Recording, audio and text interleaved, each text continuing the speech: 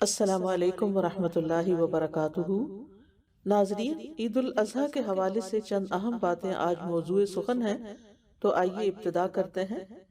نحمدہ ونصلی علی رسولہ الکریم، اما بعد فاعوذ باللہ من الشیطان الرجیم، بسم اللہ الرحمن الرحیم۔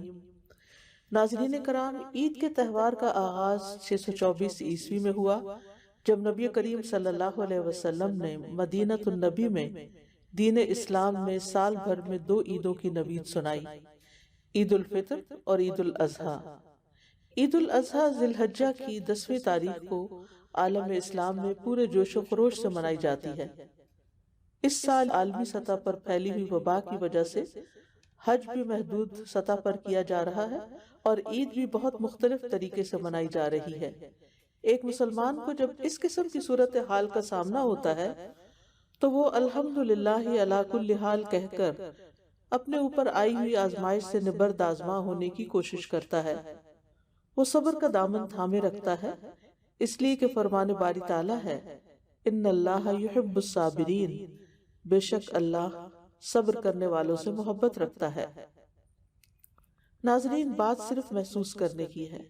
اگر ہم یہ سوچیں کہ غم اور تکلیف اور پریشانی کے موقع پر ہمارے ساتھ ہمارا رب ہے تو دلوں کو سکون مل جائے گا۔ جس طرح کسی بھی مسلمان کی تو پوری زندگی قربانیوں کی داستان ہوتی ہے، اسی طرح عید الاضحیٰ اس بے مثال قربانی کی یادگار ہے جو حضرت ابراہیم علیہ السلام نے اللہ تعالیٰ کے حضور پیش کی تھی۔ ابو الانبیاء سیدنا ابراہیم علیہ السلام کا قرآن مجید میں یہ سارا واقعہ سورۃ صافات میں تفصیلاً بیان کیا گیا ہے۔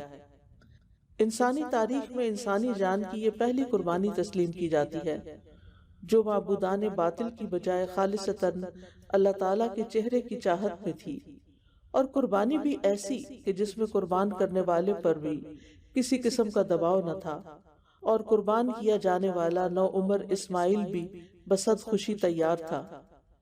چشم فلک نے یہ نظارہ بھلا کہاں دیکھا ہوگا، اور پھر جس کی رضا کی خاطر یہ سب کچھ تھا وہ ذات تو ویسے ہی الشکور، قدردان ہے۔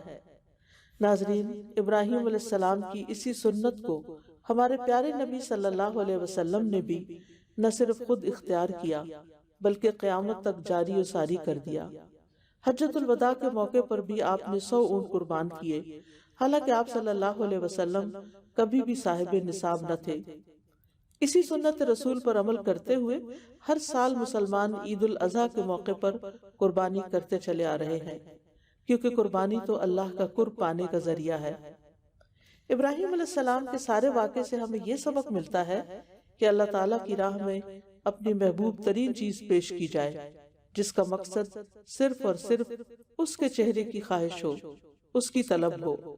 ہم اس کی محبت اور اطاعت کا خلوص نیت سے مظہر بنے، مقصد صرف اس کی رضا کو پانا ہو، نہ کہ قربانی کے بڑے سے بڑے اور مہنگے جانور صرف نام و نمود کی نمائش کی وجہ سے قربان کرنا ہو، کیونکہ اللہ تعالیٰ کو تو صرف تقوی مطلوب ہے۔ عید قربان کے اس موقع پر نہ صرف جانور بلکہ اپنی انا پرستی، اپنی نیتوں میں پیدا ہو جانے والے فطور پر بھی چھری چلانا آنی چاہیے۔ اپنی جان و مال، اولاد، وقت اور صلاحیتیں، یہ سب بھی اللہ کی دی ہوئی نعمتیں ہیں، یہ بھی اس کی راہ میں استعمال کرنے کا ہنر سیکھیں کہ یہ قرب الہی کا سبب بنتی ہیں۔ فرائض کی ادائیگی کے ساتھ ساتھ اپنے آس پاس کے لوگوں کا جس طرح سے بھی ہو اپنی حیثیت کے مطابق خیال رکھیں۔ عید کی سنتوں پر جتنا ہو سکے عمل کریں، غسل کریں، حسب استطاعت نئے کپڑے پہنیں، خوشبو استعمال کریں۔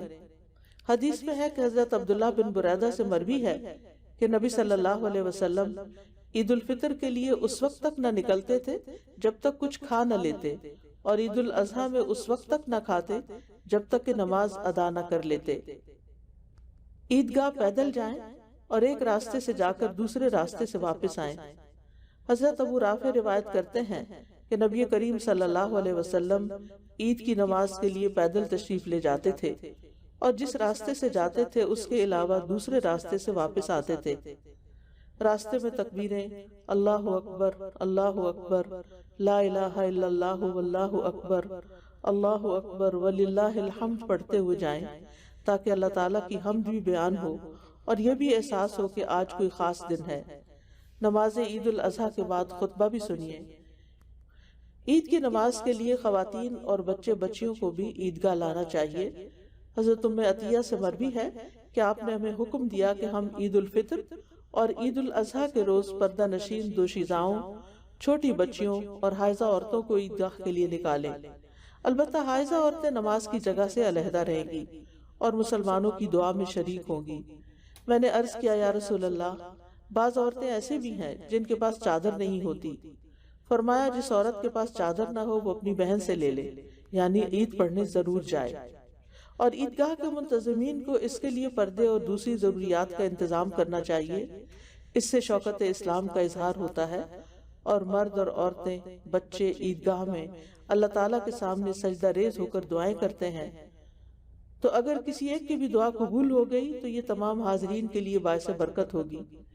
لیکن خواتین کو عیدگاہ آتے وقت اس بات کا خیال رکھنا چاہیے کہ وہ پردے میں ہوں، خوشبو نہ لگائیں، مردوں سے الگ ہو کر اور راستے کے کنارے دب کر چلیں۔ آپ سب کو پیشگی عید مبارک۔ اللہ سبحانہ وتعالیٰ آپ کی تمام عبادات قبول فرمائے۔ تقبل اللہ منا ومنکم صالح الاعمال، آمین۔